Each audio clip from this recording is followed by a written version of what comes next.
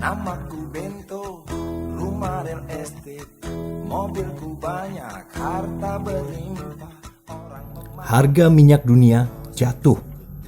Harga minyak yang diperdagangkan di WTI telah menjadi negatif 37,63 US dollar per barel. Hal yang baru pertama kali terjadi di sepanjang sejarah. Ini disebabkan permintaan akan minyak tidak ada karena kondisi perekonomian yang parah imbas dari pandemi corona. Selain itu, tempat penggilingan minyak tidak akan mau memproses minyak mentah menjadi bensin, solar, ataupun lainnya karena tidak adanya permintaan. Minyak telah anjlok sejak Maret 2020 bersamaan dengan merebaknya virus corona. OPEC Plus bahkan telah mengantisipasi dengan memangkas produksi minyak menjadi hanya 9,7 juta barel per hari untuk bulan Mei dan Juni 2020. Tetapi, kesepakatan tersebut tak mampu mendongkrak harga minyak karena pandemi corona telah menyebabkan banyak negara memberlakukan lockdown. Negatifnya harga minyak global membuat publik bertanya-tanya. Sebagian masyarakat akan menilai jatuhnya harga minyak menjadi pertanda turunnya harga BBM. Jika demikian, mengapa harga BBM di Indonesia belum juga turun? Sebagai informasi, negatifnya harga minyak disebabkan tidak adanya yang mau membeli karena perekonomian anjlok akibat pandemi. Selain itu, negara yang sangat terdampak dari kondisi ini tentu saja negara-negara produsen minyak. Mereka tidak akan mendapatkan pemasukan, apalagi jika minyak merupakan sumber utama pendapatan negara. Seperti eksportir minyak bumi terbesar di dunia, Arab Saudi. Merosotnya harga minyak di tengah pandemi corona sangat merugikan Arab Saudi. Meski biaya produksi minyak di Arab termasuk yang terendah, tetap saja perekonomian Saudi sangat tergantung pada minyak. Kondisi harga minyak yang anjlok bahkan minus akan memaksa Saudi dan negara-negara OPEC lainnya untuk menyerahkan persediaan minyak ke tangan trader. Tujuannya untuk didiamkan hingga stok minyak di tangan trader berimbang dengan stok minyak di tangan Saudi.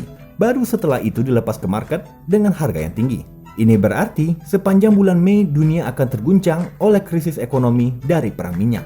Oleh sebab itu, Arab Saudi mulai bertumpu pada sumber perekonomian lainnya, yaitu haji dan umroh. Namun sayangnya, pandemi COVID-19 menyebabkan pemerintah Saudi membatalkan umroh dan kemungkinan besar akan membatasi atau bahkan meniadakan ibadah haji 2020. Akan tetapi, tanggal 16 April 2020, kasus corona di Saudi tembus 6.380 jiwa. Menteri Kesehatan Arab Saudi, Dr. Taufik Al-Rabiah, memperingatkan jumlah kasus COVID-19 di negara itu dapat mencapai 200.000 dalam beberapa minggu ke depan. Saudi pun berjaga-jaga ketika umrah dan haji tak dapat dilaksanakan lagi. Maka Saudi menerbitkan surat utang dengan tenor hingga 40 tahun. Oleh karena itu, pilar finansial Saudi bergantung pada perolehan 42 miliar US dollar dari surat utang bertenor 40 tahun. Agar mampu memproduksi minyak sekaligus mempertahankan harganya tetap rendah. Dan sepertinya OPEC turut mendorong terjadinya harga minus minyak dunia agar underlying stok minyak Saudi untuk rencana surat utangnya bisa digagalkan dengan menekan harga minyak hingga ke angka negatif. Lalu, apakah sangkut paut perang harga minyak seperti ini dengan Indonesia? Dengan adanya perang harga minyak, maka broker migas RI dapat memanfaatkannya untuk memborong stok minyak. Namun harus diingat, trader minyak yang bermain melawan Saudi adalah kartel yang berpihak pada kepentingan Eropa dan Pilpres AS untuk melawan Cina. Arah para broker migas RI seperti Rizal Khalid dan Ari Sumarno dalam geopolitik Eropa dan Pilpres AS akan menjadi faktor kunci boleh tidaknya mereka bermain dalam skema yang tengah berjalan. Seandainya para broker migas dapat masuk, namun tetap menjual BBM dengan harga tinggi, maka rakyat Indonesia yang mengetahui minusnya harga minyak dunia akan menuntut penggratisan BBM. Namun apabila BBM digratiskan, otomatis meniadakan pemasukan negara. Padahal, pandemi corona telah menyebabkan hilangnya pendapatan pajak APBN sebanyak 2 bulan. Alhasil, BBM gratis jadi buah si malakama. Karena akan menyebabkan APBN 2020 ditopang dengan pemasukan setara 8-9 bulan pajak. Lalu, berapa lama RI dapat bertahan? Belum lagi jika Saudi kalah dalam perang harga minyak, serta haji 2020 dibatalkan.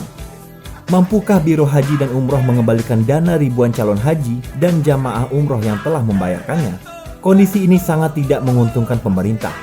Ketika dana haji dan umroh gagal dikembalikan pemerintah RI, maka dapat menyulut peleburan revolusi buruh dan massa Islam. Ketika itu terjadi, maka terjadilah darurat sipil. Dan yang kemungkinan akan menjadi pucuk pimpinan bukanlah wakil presiden, melainkan pihak militer. Serupa dengan yang terjadi ketika Morsi dijatuhkan Ikhwanul Muslimin pada 2013, yang naik bukan wakilnya, melainkan Menhan al-Sisi yang seorang tentara.